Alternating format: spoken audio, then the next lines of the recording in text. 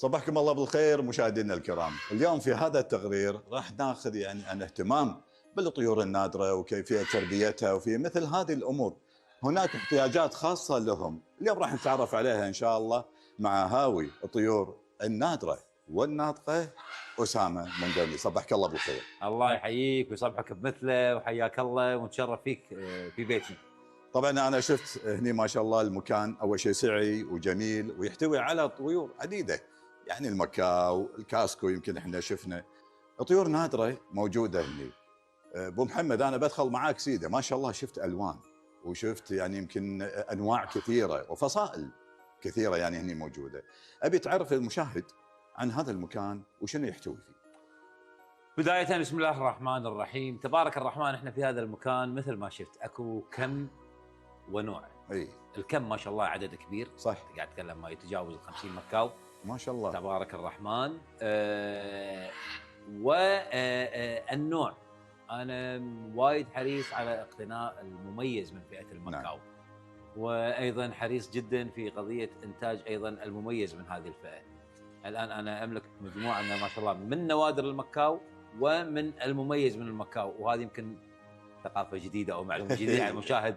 شنو الفرق بين النادر والمميز؟ اي في فرق. بالبدايه انا بسالك ابو محمد، احنا نسمع بالمكاو مكاو، هل هو صدق جاي من مكاو ولا هو جاي من دول عديده واسمه كذا؟ الان منشا المكاو كاصول موجود في امريكا الجنوبيه، موجود في اكثر من منطقه كاصول، ولكن احنا الان في هذا الزمن معتمدين على انتاجات المحميات، سواء بالخليج، سواء باوروبا، سواء بجنوب افريقيا. فقاعد يصير ان الطيور اللي جايتنا كلها انتاج مزارع او انتاج محميات، انتاج نسميها كفو. فكل بلد حسب اجتهاده. فاليوم لما اقول المكاو كويتي، لا مو هو الاصل كويتي، ولكن هو انتاج الكويت. أي. الكاسكو مثلا الهولندي مو اصله هولندي، الانتاج في هولندا. الانتاج في هولندا ويعني احسنت. اما نقول مثلا الامازون مثلا الجنوب افريقي، نعم، اصله في وين؟ نعم. تكلم اصله من بلد معين ولكن انتاجه في جنوب افريقيا. اذا المساله الان مقرونه في انتاج الطير من اي مزرعه او البلد اللي فيها المزرعه، وهذه المحميات اللي موجوده. ايوه. انا قاعد اشوف هنا، سمعت انا ان عندكم تهجين وعندكم ايضا اللي هو تفريخ، انه والله انتاج. احسنت. اللي هو الكويت. شنو هالقضيه هذه؟ هذه رجعنا حق الجزئيه الاولى اللي سولفنا فيها، ما هو الفرق ما بين المميز والنادر. اي اليوم انا لما اقول طير نادر، دائما الطيور النادره مقرونه في قضيه انقراضها. اوكي، عرفت شلون؟ نعم. فاليوم مثال لما اقول انا عندي طير مثل البلو ثروتد، طير قابل للانقراض.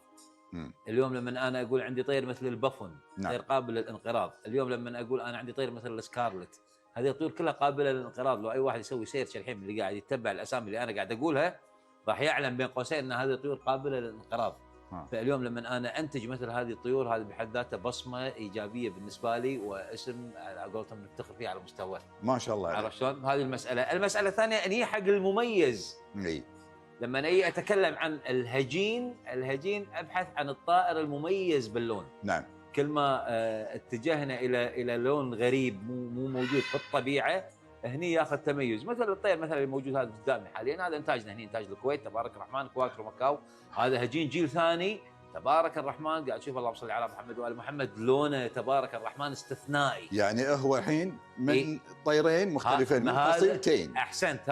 هذا اصلا هجين من هجين، هذا انتاج اخونا عبد الله العصفور، ايضا من عيال الديره الله يبارك له بحلاله. اليوم احنا نفتخر بانتاجاتنا المحليه. هذا اليوم انتاج كويتي، واحد من عيالنا ومنه وفينا تبارك الرحمن، وانتاج منطقه مشرف يعني بعد يعني ولد الديره على قولتهم. عرفت شلون؟ فاليوم لهم شهادات ميلاد. لا احنا اليوم هذا احنا ما عندنا. في بعض الحيوانات اجلكم الله يمكن ان احنا نسمع ان لهم شهادات ميلاد. هذا مقرون في منظمه السايتس، احنا ما عندنا سايتس للاسف.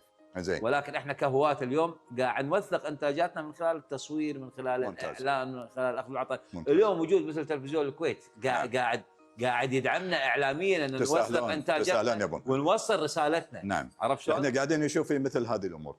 سمعت انا ان هناك فندقه، يعني عندك هني انت الحين غرف مجهزه يمكن حق الطيور، حق المكاو، حق الطيور النادره. واحد يبي يسافر واحد عنده ظرف، كلام واحد سليم. عنده شوف، خدمه الفندقه، إيه. الفندقه هذه خدمه انا قاعد اوفرها حق الهواة تقريبا نقول من 2016، يعني الحين تقريبا 10 سنوات انا ماشي في هذا السيستم. كثير من الاخوان يعاني مع طياره انه لما يبي يسافر ما يدري وين يحطه، خاصه اذا كان طير عزيز على قلبه. انا ما اتكلم بالتكلفه الماديه، اتكلم بالحاله والعلاقه ما بين المربي وطياره. نعم. فيجي يقول مثلا انا ابي اسافر شهرين ثلاث بالصيف، وين احط طيري؟ دائما نسمع ان الطير مات، اي، ولا نسمع لا سمح الله طير انحاش، كان بيت صح. اخوي ولا بيت نسيبي وراح علي. اي، ولا مثلا حطيناه في المكان الفلاني ونفسيته تعبت وقام ينتف ريشه ويكسر نفسه. دائما هذه بين قوسين المشاكل اللي تواجه المربين. بل على الاكثر انا اقول لك اكو كثير من الناس يبتعد عن الهوايه، انه ما يدخلها، والسبايب انه ما يدري يسوي بالطير اذا سافر، ما يدري وين يحط طيره. بعضهم يضطر انه يبيع بخساره وخسارات كبيره. وانت جهز لهم الادويه ايوه. فانا انت اليوم المناسبه حقهم. اليوم انا وفرت هذه البيئه او هذا المكان حق الطيور، وفر لهم تغذيه منوعه، وفر لهم رعايه، مناخ يتناسب معاهم كاجواء حراره وبروده، السباحه الدوريه، تفريغ الطاقه واللعب، الاهتمام بالطيور. اصلا اكو نقطه ايجابيه هي سبحان الله خيره صارت، اللي هي قضيه التواصل ما بيننا وما بين المربين من خلال وسائل التواصل الاجتماعي. انا قاعد اوثق. هذه انا بسمعها متى؟ ان شاء الله بعد الفاصل. انا الحين بعلق هذه الكلمه وبعلق هذا الشغف اللي عند ابو محمد، يمكن اسامه مدني، هو كونه مربي طيور ناطقه ونادره ايضا عندنا بديرتنا الحبيبه الكويت. والمكان اللي احنا موجودين فيه هذا يعتبر من يعني الاماكن الجيده والجميله اللي الواحد يقدر يستمتع فيها، وايضا عندك ورش يعني تقدمها. احسن. احنا ناخذ الفاصل هذا ونواصل ان شاء الله حديثنا.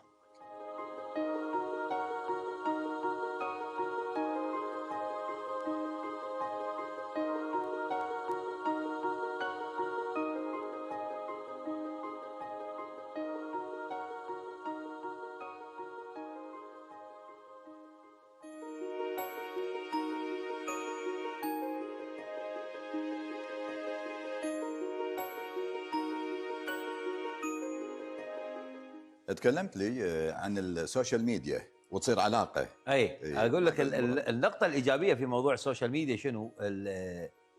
الناس قامت تتابع طيرها. يعني قاعد اقول هي صدفه السوشيال ميديا. اليوم لما الطير الشخص يجيب طيره عندي زين، حتى هو بديره بعيده مثلا، يا اخي مطمن يشوف طيره من خلال السوشيال ميديا، من خلال مثلا الانستغرام، من خلال التيك توك، من خلال المواقع هذه. زين، ويتابع طيره اول باول. وسبحان الله ايضا ابو محمد تحرص على انك انت تصور الطيور. إيه طبعا يعني طبعاً تبين الاهتمام شلون طبعاً. انا اسوي، واني اعطيهم انا هذا الغذاء المعين وهذه المكملات الغذائيه. هي بالنهايه هذه كلها توثيق، وكلها نقطه ايجابيه تحسب حق اي انسان قاعد يشتغل في هذا المجال. صح. اليوم انا مثلا موضوع مثلا الفندقه، ولا موضوع الطيران الحر، ولا موضوع الورش، ولا اي موضوع، اي مجال من المجالات اللي انا قاعد اخوض فيها، اليوم اذا ما يتوثق وما يظهر حق الناس بالنهايه حسافه، راح تصير تجربه في اطار وتنتهي. خلي الناس تشوفها، خلي الناس تتعرف صح. عليها، خلي الناس تتعلم منها. اليوم انا من وين تعلمت؟ انا تعلمت من خلال تواصلي مع الناس. نعم. هي مساحه خبرات متبادله. اليوم مثلا لما اكسب معلومه من خلال السوشيال ميديا، مثلا من واحد مثلا باوروبا، ولا واحد بالخليج، في الامارات، في السعوديه، ولا من ايران، من الهند، من اي بلد. ترى السوشيال ميديا قربكم. احسنت. خلاها ديره واحده. احسنت. فاليوم انا اكسب معلومه من احد واوصل معلومه لغيري، فهذا خلينا نسميه تلاقي الافكار وتبادل الافكار. نعم. بالنهايه مكسب. نعم. فهذه وايد نقطه، يعني اقول لك ايجابيه خدمتني. الحين يمكن احنا طلعنا من اطار الفندقه ودخلنا في الجانب الاعلامي. يعني انا يمكن من خلال هذا التقرير احنا نبي نلم يعني كل المواضيع، خاصه لهواة الطيور النادره، او يعني خاصه المكاوي اللي احنا قاعدين نشوفها. واسعارهم هم طبعا يعني تتراوح يعني من الى. شوف الاسعار احنا ما فينا نعطي رقم، يعني خليني اقول لك شيء. اكو ارقام متداوله. اي. الحد الادنى 300 350 دينار حق مثلا فئه البلو اند جولد اللي هو الازرق واصفر، خلينا نسميه الفئه المشهوره.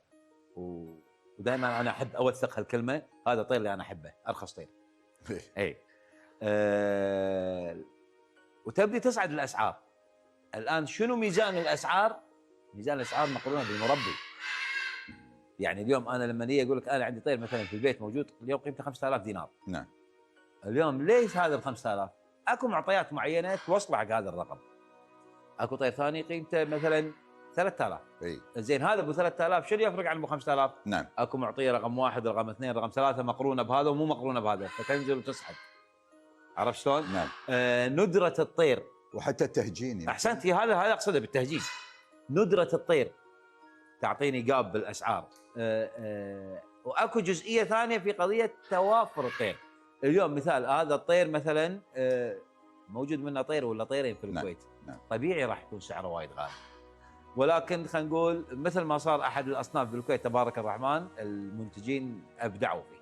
يعني كميات انتجوا منه كثير. زين. فتشوف صار سعره مثلا بالكويت ارخص من سعره وهو في بلده.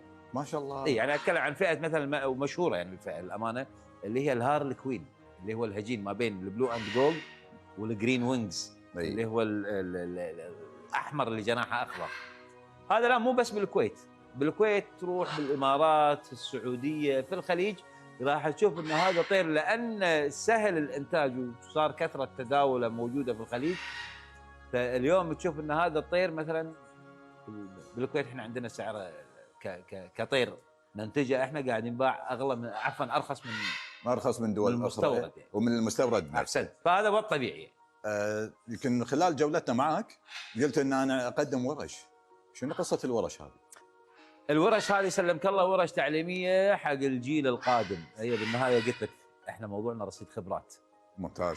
وكم من المعلومات قاعد نتلقاه من اللي قبلنا وننقلها حق اللي حولنا وحق اللي بعدنا. ممتاز. اليوم الجيل الصغير هذا يفتقد حق كثير من المعلومات، واحنا للامانه كنا فاقدينها، بس احنا تعبنا علشان نوصل لها. صح. فاليوم احنا قاعد نوفر لهم اياها في اطار خلينا نسميه ترفيهي جميل، في اطار علمي. لما ياخذ الورشه هني الولد يطلع مستفيد من كثير من النقاط. انا قدمت ورش في قضيه كسر حاجز الخوف ما بين المربي والطير. ممتاز. انا توني اسالك عنها هذه. قدمت ورش طبعا في قضيه التنوع الغذائي والاثر على الطير. قدمت ورش في العنايه الروتينيه من خلال السباحه وتقليم الاظافر والامور هذه. قدمنا ورش في كيفيه التعامل ما بين الطير والمربي كطيران حر، التعامل السلوكي هذا ما بين المربي والطير. واكو امور يمكن احنا مو ورشتنا هذه، يمكن نقدمها على مستوى مثلا وزاره التربيه لما نطلع فعاليات وانشطه في وزاره التربيه. شنو اثر الطير النفسي على الانسان من الطفوله سبحان الله لين الشيخوخه هذه.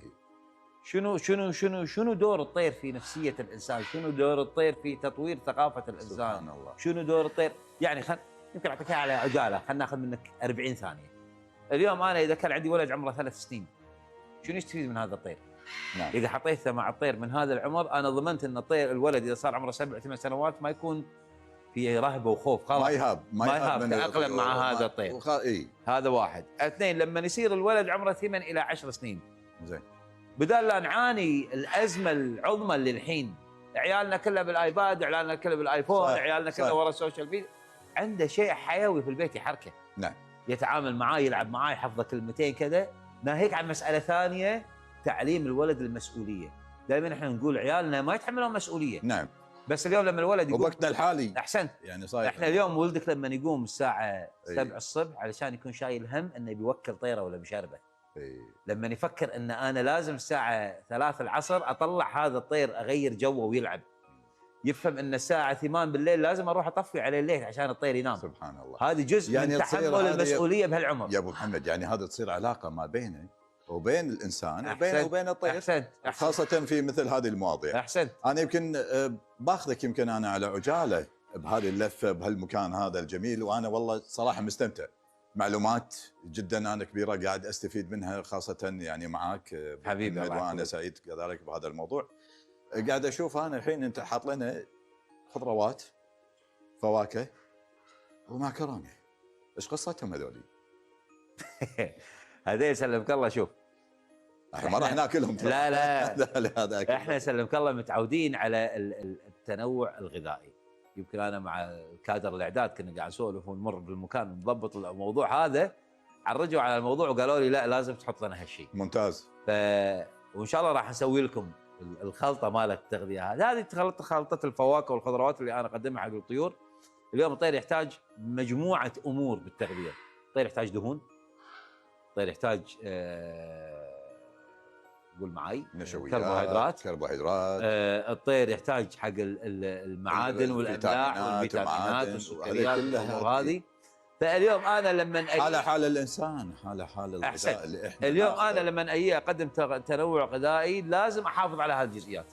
اليوم مثال ابي اقدم بروتينات، من ابي اقدم بروتينات لازم اتجه حق البروتينات النباتيه. اي مثل الفول، البازاليا، الفاصوليا، الترمس، اللوبا، الامور هذه اركز على هالامور هذه، اقدم له اياها. فهذه صنف من اصناف التغذيه المنوعه. اللي ابي اقدم دهون اتجه حق المكسرات. ابو محمد، من خلال حديثك ما شاء الله انا استفدت معلومات كثيره يعني جدا جميله. انا الحين بدخل خلاص حق تربيه الطيور، خاصه الطيور النادره، والله شوقتني. انا بيني وبينك كنت اشوفها، يعني قلت انا ما ابي ادخل انا في هذا المجال، ولكن الحين انت قاعد تعطيني معلومات خلاص، بس انت الحين قاعد تدخلنا انه والله استسهل انا مثل هذه الامور وما راح احاول. انا جدا مستمتع بهذا اللقاء الجميل معك ابو محمد، طبعا مربي الطيور النادره الاستاذ اسامه مندني، اعطانا معلومات جدا جميله عن تربيه الطيور وعن كيفيه الاعتناء فيها وتقديم لها يمكن التغذيه السليمه لها، وانها تكون على علاقه جميله مع الشخص اللي يحب يطير او يحب يربي مثل هذه الطيور. مشكور وايد حبيبي، الله يحفظك. بارك الله. شرفنا فيكم، وان شاء الله ننتظر منكم تقرير ثاني. ان شاء الله ان شاء الله نتشرف. مشكور. وصلنا معاكم لختام هذا التقرير، نلقاكم على خير، في امان الله.